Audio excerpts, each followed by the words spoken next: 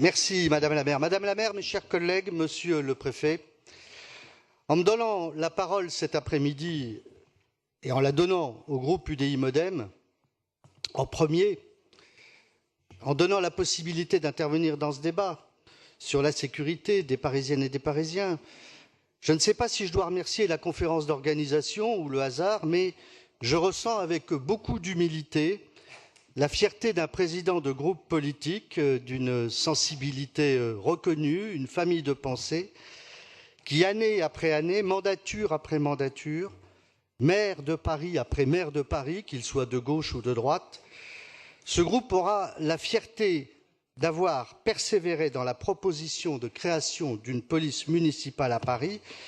Et je ne remonterai pas à l'abbé Grégoire ou à l'arrêté du 1er juillet 1800, autrement dit le susnommé décret du 12 Messidor en 8, mais au moins à 1975 et 1977, date à partir de laquelle tous les centristes, libéraux, démocrates du Conseil de Paris, des groupes Protection pour Paris de Michel Dornano, Paris Liberté de Jacques Dominati, l'UDF d'Yves Galland et plus récemment le Nouveau Centre ou l'UDI Modem, constants dans une conviction reconnue, Madame la maire, anti-jacobine, décentralisatrice, qui place la sécurité du quotidien des Parisiens au même rang que d'autres priorités, mais qui la revendique dans les compétences du droit commun des autres collectivités, qui la revendique pour Paris. Et nous avons été rejoints d'ailleurs par nos amis RPR, UMP, les Républicains dans les années 70 sur cette même conviction.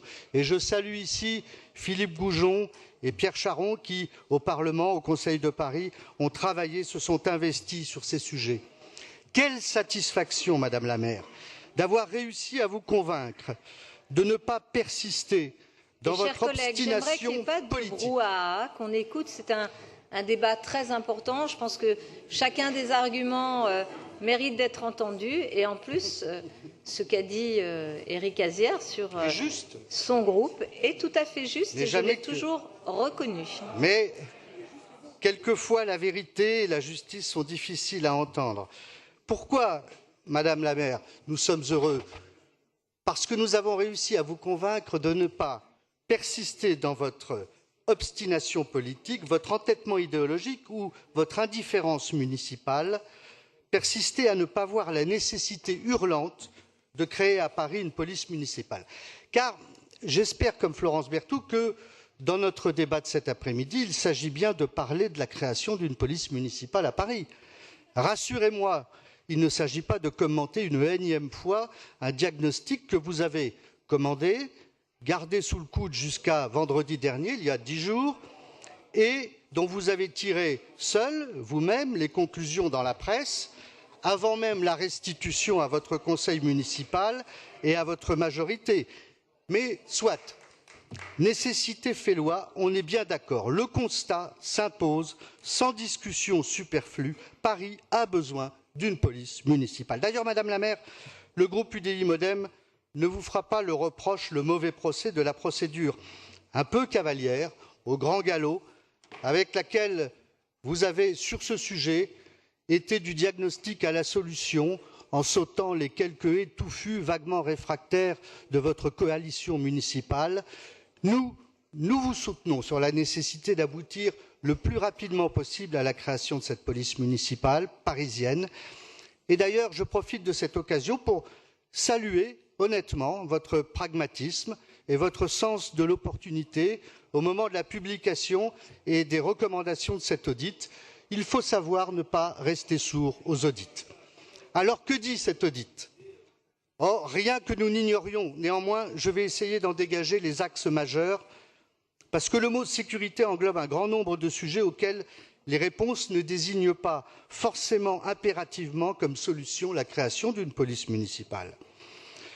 Vous nous dites dans la presse, qu'elle soit nationale ou parisienne, maintenant en quelque sorte le bulletin municipal officieux, vous nous dites que pour vous, la mission première de votre police municipale, c'est d'abord de faire respecter la propreté des rues. Alors si c'est le cas, Madame la maire, je vous propose de changer la couleur des uniformes des agents de la police municipale et plutôt que de les armer de matraques, de les doter d'un balai. On n'a jamais fait fuir un papier gras avec une matraque.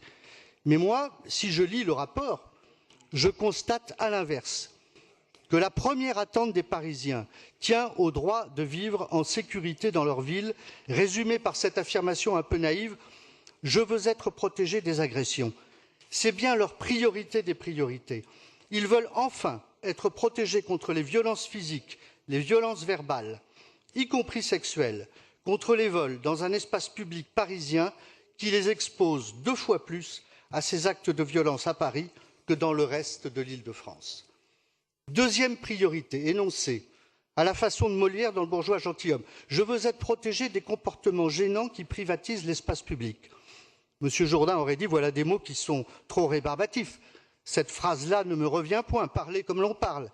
Eh bien, monsieur Jourdain, il s'agit des bandes, des deals de rue, des vendeurs à la sauvette, de tous ces attroupements, le plus souvent occupant de façon illicite le domaine public, les rues, les pas de porte, les places, les berges, les parcs et jardins, qu'ils soient ouverts ou fermés, cannabis, cocaïne, crack, sous toutes leurs formes, sont dealés sous nos yeux dans certains quartiers, Porte de la Chapelle, à Stalingrad, Turnowski, et pas que, sans compter les comportements agressifs ou simplement violents, des perturbateurs, tapageurs diurnes ou nocturnes, individus à l'ivresse publique ou manifeste, quand ce ne sont pas les injures ou menaces, les dégradations de mobilier urbain ou les rodéos.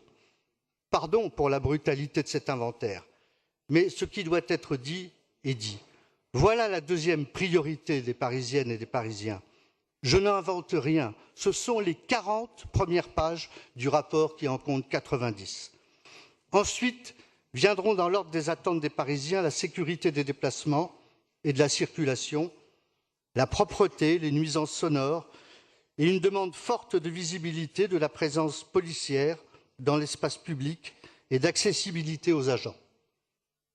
Je passe sur le chapitre d'une attente de ville solidaire que j'ai trouvé pour le moins incongrue dans un diagnostic sur la sécurité des Parisiens, comme si on voulait entretenir un rapport entre un sentiment d'insécurité et la présence trop nombreuse des sans-abri à Paris, qui révèle d'abord un phénomène social croissant d'extrême précarité, d'extrême pauvreté, de beaucoup trop de nos concitoyens, et qui relève certes des pouvoirs publics que nous sommes, mais aussi des acteurs sociaux, des associations et d'autres initiatives, mais dont le levier majeur ne m'apparaît certainement pas la création d'une police municipale. Alors cependant, oui, Madame la maire, nous ne ferons pas la fine bouche sur votre proposition publique qui préconise les orientations d'une police municipale. Mais vous pourrez d'autant plus compter sur nous si vous remettez la sécurité au cœur des missions et des compétences de cette police, et alors qu'un bon nombre d'ajustements législatifs et réglementaires sont nécessaires et restent à faire, qu'il faut mettre en place des instances de coordination avec la préfecture de police, qu'il faut donner à cette police municipale une doctrine de police sur des valeurs, des priorités de mission, des moyens, une formation, un management nouveau, un uniforme, un armement. Mon collègue Éric Hellard, tout à l'heure, poursuivra ces propositions. Je conclurai sur ce qui me semble le plus important. La future police municipale de Paris doit être la police des Parisiennes et des Parisiens. Et ça n'est pas une formule, c'est le cœur du dispositif. Comme Renault, dans un grand élan républicain, a embrassé un flic, Paris doit embrasser sa police. Quel sera le niveau d'échange, de dialogue, la place donnée aux citoyens dans le mode d'organisation et de fonctionnement de la police municipale? Il est essentiel de créer un lien permanent entre le travail de la police municipale et les attentes des Parisiens, de mesurer régulièrement leur satisfaction et de l'intégrer comme un critère d'évaluation des agents pour que la transparence et la confiance soient les deux principes sur lesquels repose le lien entre cette police, les habitants de Paris et leur sécurité. Je vous remercie.